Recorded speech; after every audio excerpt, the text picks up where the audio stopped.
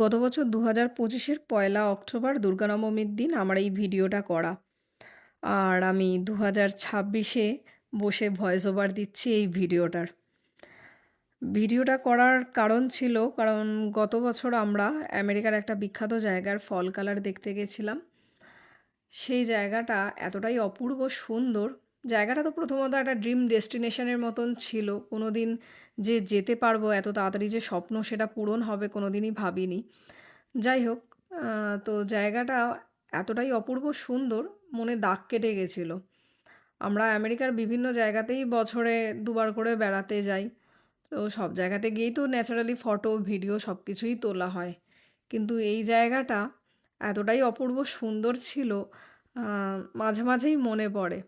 তো তার জন্য ঠিক করেছিলাম যে একটা চ্যানেল বা পেজ ক্রিয়েট করে আমি এই ভিডিওগুলো ছোট, ছোট করে এডিট করে আমার পেজ ম্যাজিক্যাল ম্যাভেরিক্সে একটা স্মৃতি হিসেবে ধরে রাখবো।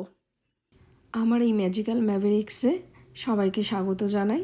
আমরা মূলত গেছিলাম নিউ ইংল্যান্ডের ফল কালার দেখতে। আর জায়গাটি আমেরিকার ফল কালার দেখার জন্যই বিখ্যাত। আর এতটাই বিখ্যাত, এই জায়গাটায় বেড়াতে যাওয়ার প্ল্যান করলে ৩-৪ মাস আগে থেকে প্ল্যান করতে হয়। কারণ ৩-৪ মাস আগে থেকে হোটেল, ফ্লাইট, গাড়ির সব কিছু বুক করে রাখতে হয়। কারণ প্রথম হচ্ছে জায়গাটা প্রচণ্ড এক্সপেন্সিভ, আর দ্বিতীয়ত হচ্ছে এই জায়গাটা এতটাই ভাইরাল যে এত মানুষের ভিড় হয়। ১ মাস আগে থেকে আপনি যদি প্ল্যান করেন তাহলে হোটেল, ফ্লাইট, গাড়ি কিচ্ছু পাওয়া যায় না। আর এই সব কিছুর জন্য উদ্যোগ নেয়ার প্রধান মানুষ হচ্ছে আমার হাজব্যান্ড। কারণ আমি তাকেই সব থেকে বেশি ক্রেডিট দেবো, কারণ সেই উদ্যোগ নিয়ে ৩-৪ মাস আগের থেকে সব কিছু করে রেখেছিল। ওর জন্যই স্বপ্নের মতন জায়গাটা বেড়ানো পসিবল হয়েছিল আমাদের।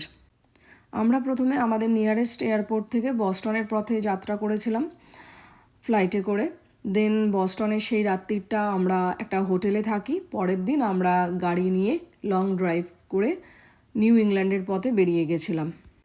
এই ট্রিপটাতে অনলি আমরা নিউ ইংল্যান্ডের ৩টে জায়গার ফল কালার দেখেছিলাম, সেটা নিউ হ্যাম্পশায়ার, ভারমন্ট আর মেইনের। এই ক্লিপটা নেওয়া হয়েছে বস্টন যাওয়ার সময় ফ্লাইট থেকে। তবে যাই হোক, এই বস্টন শহরটি আমেরিকার একটি অতি প্রাচীন এবং ঐতিহাসিকভাবে বড় শহর এবং ম্যাসাচুসেটের ক্যাপিটাল, যেখানে পৃথিবীর বিখ্যাত হার্ভার্ড ইউনিভার্সিটি অবস্থিত এবং পৃথিবীর দূর দূর প্রান্ত থেকে অনেক মেধাবী ছাত্রছাত্রীরা এই ইউনিভার্সিটিতে পড়ার জন্য একদিন স্বপ্ন দেখে।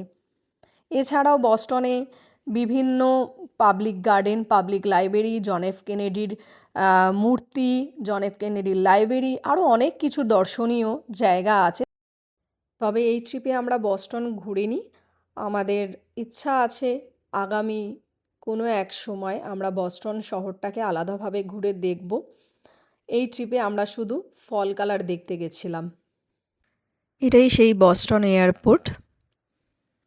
এখানে নেমে আমরা প্রথমে আমাদের লাগেজ কালেক্ট করেছিলাম, করে তারপরে আমাদের অন্য একটা টার্মিনালে যেতে হয়েছিল। এখানে সব এয়ারপোর্টে বাস সার্ভিস থাকে, যে বাসে করে অন্য টার্মিনালে নিয়ে যায় যাত্রীদের।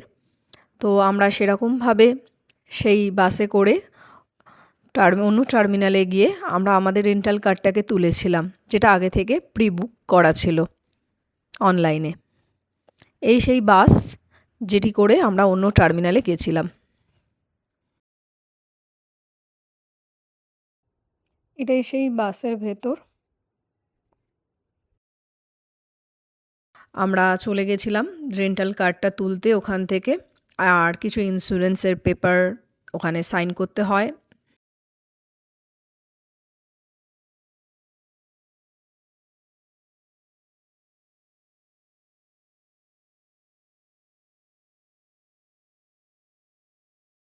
এটাই ছিল সেই রেন্টাল কার এরিয়া, যেখান থেকে আমরা আমাদের বাহনকে তুলেছিলাম।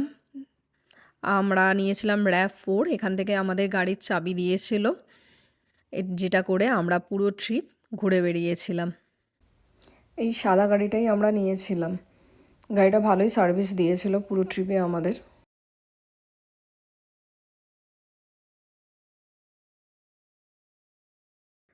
এরপরে আমরা গাড়িতে লাগেজ তুলে এয়ারপোর্ট ছেড়ে বস্টনের একটি হোটেলের উদ্দেশ্যে রওনা দিয়েছিলাম। আমরা অনেক জার্নি করে গেছিলাম। সারাদিন অনেক কিছু বেরোনোর আগে যা হয় প্রস্তুতি পর্ব, সেগুলো করেছিলাম। প্রচুর খাটাখাটনি হয়ে গেছিলো বলে আমরা এই ট্রিপটাতে প্ল্যানই করেছিলাম যে যেদিন পৌঁছবো সেদিন একটা রাত্রির বস্টনে আমরা হোটেলে থাকবো সেই রাতটুকুর জন্য। পরের দিন আমরা রওনা দেবো নিউ ইংল্যান্ডের দিকে। তো সেই কথা মতন আমাদের আগে থেকে প্রি বুক করা ছিল অনলাইন বস্টনের একটি হোটেল। তো আমরা সেই রাত্রিটা বস্টনের ওই হোটেলেই কাটাই। তো সেই হোটেলেই দিকেই আমরা যাচ্ছিলাম। এটি বস্টনের রাস্তা, রাত্রির বেলার দৃশ্য।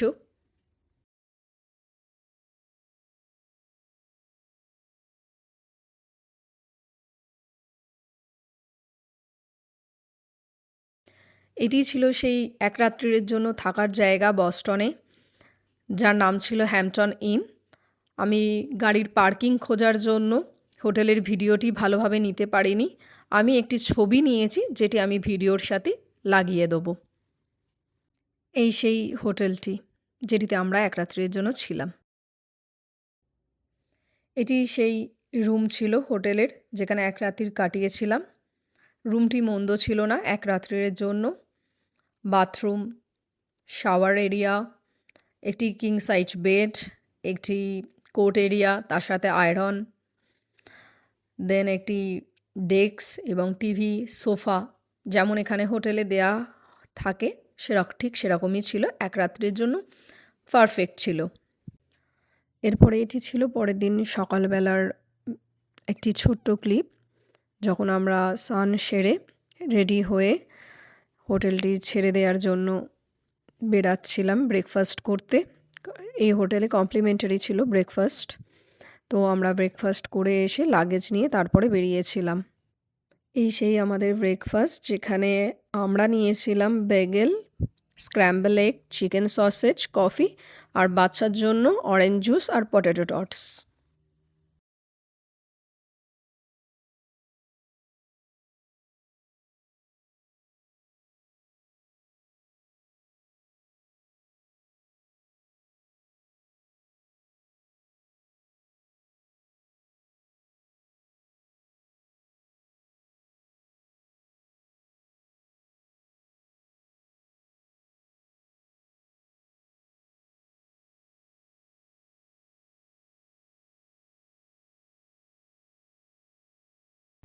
ব্রেকফাস্ট সেরে এরপরে আমরা বেরিয়ে পড়েছিলাম আমাদের মেন গন্তব্যে যাওয়ার উদ্দেশ্যে। তার আগে আমরা টার্গেট গেছিলাম একটু জল আর ছোটোখাটো স্ন্যাক্স তুলতে, কারণ আমাদের এই বস্টন থেকে সেই গন্তব্যে যেতে লেগেছিলো ড্রাইভ করে 2.5 ঘন্টা, প্লাস আমরা গিয়ে দুটো জায়গা কভার করে নিয়েছিলাম, কারণ অনেকগুলো জায়গা সেখানে দেখার ছিল। তো সেই জন্য আমরা প্রথমেই সেখানকার হোটেলে ঢুকে গিয়ে লাগেজ রাখার প্ল্যান করিনি।